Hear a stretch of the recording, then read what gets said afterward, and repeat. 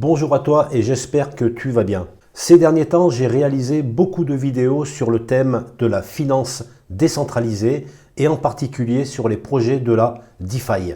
Mais à la base, j'ai une formation en finance traditionnelle. Et ma particularité sur les investissements sur la bourse, c'est plutôt du moyen et long terme. 5, 10, 15 ans. Car ma stratégie repose sur du DCA et sur la puissance des intérêts composés. De plus, j'investis très peu sur les actions, mais plutôt sur les indices, donc les ETF, qui me permettent d'avoir une très bonne diversification, des frais peu élevés et des performances qui sont vraiment intéressantes. Dans cette vidéo, je vais te présenter ma stratégie pour choisir mes ETF éligibles au PEA. Alors, pourquoi un PEA? Il y a des avantages et des inconvénients sur ce type de placement. Je t'invite à visionner la vidéo que j'avais faite il y a quelque temps sur la différence entre un PEA et un CTO, compte. Tu verras sûrement un lien qui s'affiche en haut à droite de cette vidéo. Alors comment choisir ces ETF? Pour cela, je me sers en priorité de Just ETF qui va me permettre de réduire la liste des ETF par rapport à mes critères qui définissent ma stratégie. Je vais donc choisir l'ETF Screener. Mon premier critère, ça va être l'âge de l'ETF. Je n'investis pas sur les indices qui sont trop jeunes, car je veux pouvoir étudier l'historique de l'actif sur plusieurs années. Et les ETF qui ont déjà plusieurs années et qui se comportent toujours bien ont normalement moins de risques que les nouveaux qui sortent tous les jours. Je vais donc choisir supérieur à 5 ans. Ensuite, vu que c'est pour investir sur un PEA, je vais bien entendu choisir le critère PEA qui me réduit la liste à 108 ETF. Ensuite, je souhaite que mes intérêts générés soient reversés automatiquement dans mon fonds d'investissement, ce qui me fera donc des intérêts composés. Et pour cela, je vais choisir accumulating ou capitalisant et je passe maintenant à une liste de 71 ETF. À savoir que distribuant veut dire que les dividendes seront distribués chaque année et ne seront donc pas reversés directement dans le fonds d'investissement. La taille du fonds aussi est très importante car cela donne une indication sur la confiance des investisseurs envers cet ETF. Plus le fonds est important et moins il est risqué. Je choisis donc supérieur à 500 millions. Et maintenant, il me reste une liste de seulement 13 ETF. Alors, il y a un dernier critère dans ma stratégie sur lequel je dois faire attention, c'est les frais annuels de gestion qui peuvent vraiment plomber la performance générale si on n'y fait pas attention. Personnellement, je me limite à 0,3% en frais de gestion. Et à partir de maintenant, c'est un choix personnel.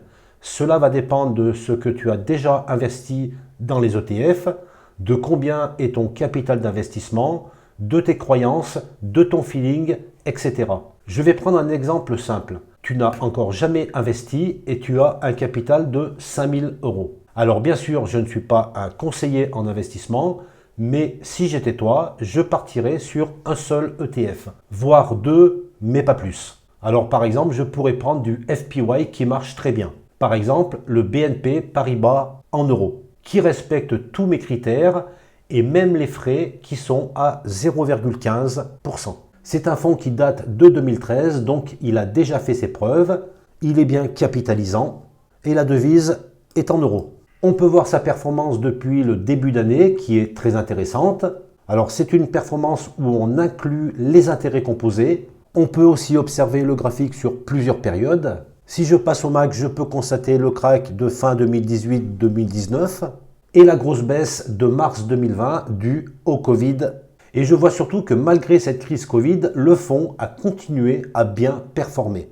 Et enfin, on peut voir sur quelle place boursière cet ETF est présent. Stuttgart, la bourse italienne, Euronext Paris, la bourse de Suisse et Xetra qui est la bourse de Francfort. Et à partir de maintenant, pour investir sur cet ETF, il faut passer par un courtier. Alors je pense que Bourse Direct est un des courtiers, en tout cas pour le PEA, qui propose beaucoup d'actifs et qui a les frais les moins chers du marché. Une fois que tu as ton courtier et que tu as alimenté ton compte en faisant un virement, il suffit de se connecter et voir s'il accepte l'ETF que tu as choisi.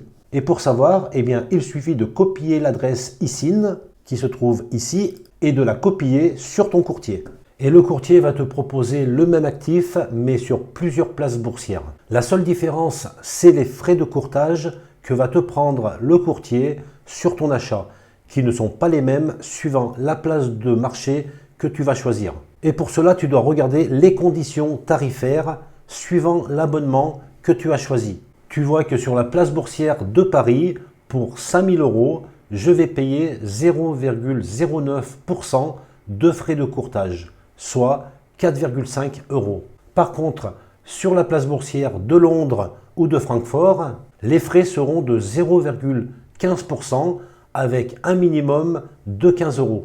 Après, vu que c'est de l'investissement sur le long terme, ces frais de courtage, tu les payes seulement une fois à l'achat et à la vente lorsque tu vendras. Mais ce que je veux dire, c'est que parfois, il faut mieux être sur une place boursière comme celle de Londres ou de Francfort, car il y a plus de liquidité, ce qui veut dire plus de transactions d'achat et de vente entre investisseurs. Et dans ce cas, ton ordre d'achat ou de vente aura plus de chances d'être exécuté. De mon côté, les frais de courtage sont insignifiants sur ma performance globale et ils ne font pas partie de ma stratégie car je suis sur le long terme.